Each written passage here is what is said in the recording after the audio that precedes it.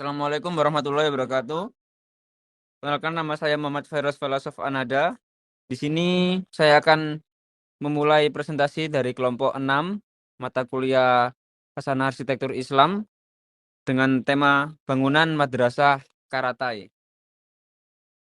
Untuk yang pertama, latar belakang. Karena Turki telah menjadi tuan rumah bagi banyak peradaban di masa lalu, Turki memiliki warisan budaya sejarah yang penting.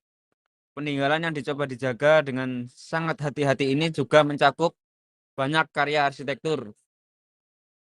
Madrasah Koratai adalah sebuah lembaga pendidikan Islam yang terletak di kota Konya, Turki. Jadi madrasah ini adalah madrasah yang kami pilih dari dinasti Seljuk. Madrasah ini dibangun oleh Jalaluddin Karatai. Ia adalah seorang wazir Sultan Izzeddin Keikavus dinasti Seljuk yang berkuasa saat itu. Saat ini, madrasah telah diubah menjadi museum seni mozaik yang menarik. Salah satu hal yang menonjol dari museum ini adalah koleksi mozaik ubinnya yang terkenal. Kubah madrasah yang megah yang dihiasi dengan ubin biru menampilkan keindahan seni mozaik yang luar biasa.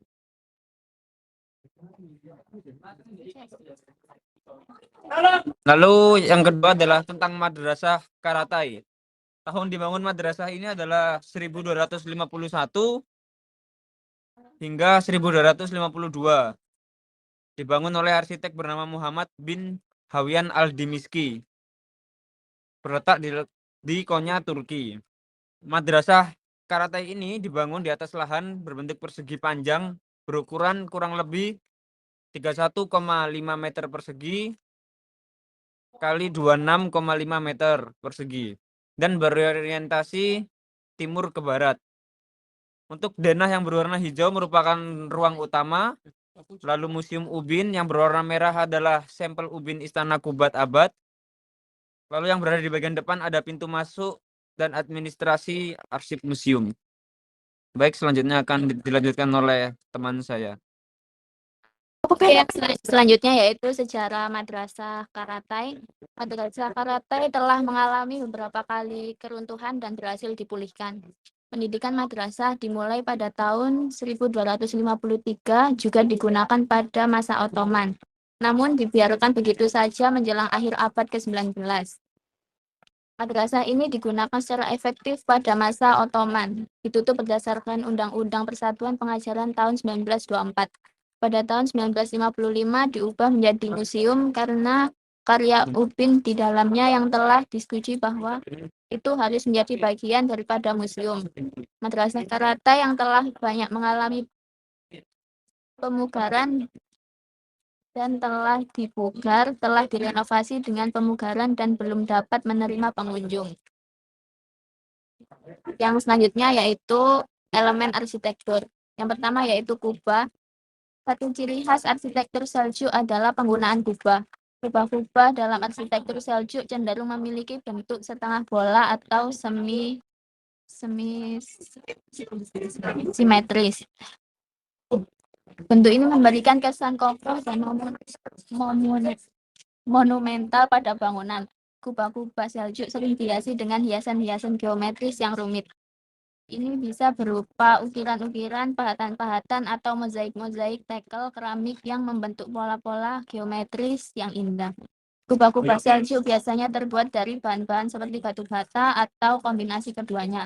Batu bata adalah bahan yang paling umum digunakan karena kemudahan pembentukannya dan ketersediaan materialnya di wilayah tersebut. Untuk yang kedua yaitu mihrab.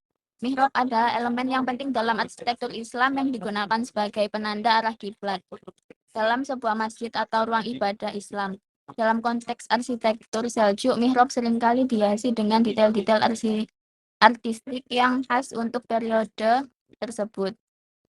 Sebagai sebuah madrasah Karatai memiliki mihrab dan mimbar. Mihrab Seljuk mungkin menggunakan berbagai jenis material termasuk batu bata atau keramik. Warna-warna yang digunakan juga bisa beragam tergantung pada material dan teknik dekoratif yang digunakan. Meskipun tidak semua mihrab Saljuk memiliki desain yang identik, mereka cenderung menampilkan simetris dan keselarasan yang menyatu dengan arsitektur bangunan di sekitarnya. Untuk yang selanjutnya diteruskan oleh teman saya. Yang selanjutnya adalah ornamen. Ornamen geometris, madrasah Karatai memiliki hiasan-hiasan geometris yang rumit dan simetris, yang menjadi ciri khas arsitektur Seljuk. Pola-pola seperti bintang, skena, lingkaran, dan poligon lainnya mungkin digunakan untuk menghiasi dinding-dinding kubah dan bagian-bagian lain dari madrasah. Ornamen kaligrafi.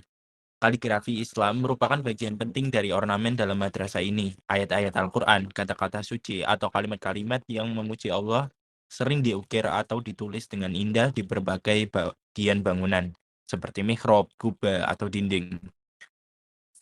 Kemudian ada ornamen tekel keramik. Tekel keramik adalah jenis keramik yang digunakan sebagai bahan untuk lantai atau dinding, terutama dalam konteks arsitektur dan desain interior.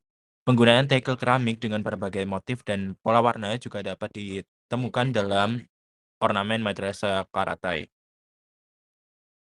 Selanjutnya ada pintu utama. Pintu utama yang indah. Madrasah Karatai memiliki portal utama yang mengesankan dengan detail-detail ukiran yang rumit dan hiasan-hiasan geometris yang khas untuk arsitektur Seljuk.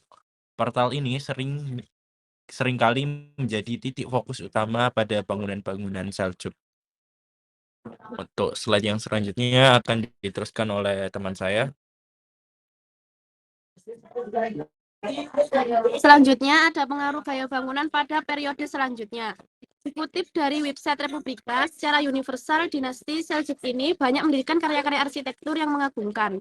Dinasti ini mampu menghidupkan kembali pencapaian kekhalifahan Umayyah dan Abbasiyah dalam bidang bina bangunan. Variasi kualitas ornamen serta teknik arsitektur peninggalan dinasti Seljuk inilah yang mempengaruhi inspirasi bagi para arsitek muslim dan para ahli batu di seluruh dunia. Lalu keberhasilan membangun kubah berbentuk kerucut dan setengah bola, dinasti ini juga mempromosikan penggunaan motif-motif mukornas. Lalu memperkenalkan juga elemen pertama seni barok yang di Eropa di abad ke-16 Masehi. Sedangkan dikutip pada salah satu sumber jurnal yang lain, gaya arsitektur Seljuk ini juga banyak mempengaruhi seni arsitektur pada bangunan-bangunan kekhalifahan masa Abbasiyah. Bentuk seperti menara yang memiliki beberapa corak yang beragam, bentuk menara yang lebih menyembul dari bangunan utama, lalu bangunan utama yang tidak hanya berada di masjid namun juga berada di istana dan kuburan adalah salah satu pengaruh gaya arsitektur dari Seljuk. Dari Ibrahim tahun 2021. Selanjutnya akan dibacakan oleh teman saya. Kesimpulan, secara arsitektural madrasah Seljuk terdiri dari dua jenis. Salah satu jenisnya mirip dengan ada yang dari Iran dan Mesopotamia. Berpusat di sekitar halaman terbuka yang dibatasi oleh sejumlah iwan yang bervariasi, atau dengan setidaknya satu iwan terletak di sepanjang poros pintu masuk. Di madrasah ini dekorasinya dipusatkan di sekitar portal masuk yang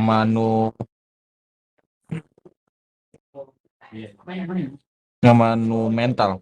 Para arsitek dunia juga mencatat bahwa ada dua karya seni arsitektur yang paling unik warisannya dinasti Seljuk, yakni Karavanserai atau tempat singgah bagi para pendatang, serta madrasah. Karavanserai banyak berdiri di wilayah kekuasaan Seljuk lantaran dinasti itu amat mendorong perdagangan dan bisnis. Sedangkan gedung madrasah yang menyebar di daerah kekuasaan Seljuk mencerminkan geliat aktivitas pembelajaran. Kontribusi dinasti Seljuk dalam bidang arsitektur begitu besar. Secara mencatat beberapa kontribusi dinasti Seljuk dalam bidang arsitektur. Sekian dari kelompok kami. Wassalamualaikum warahmatullahi wabarakatuh.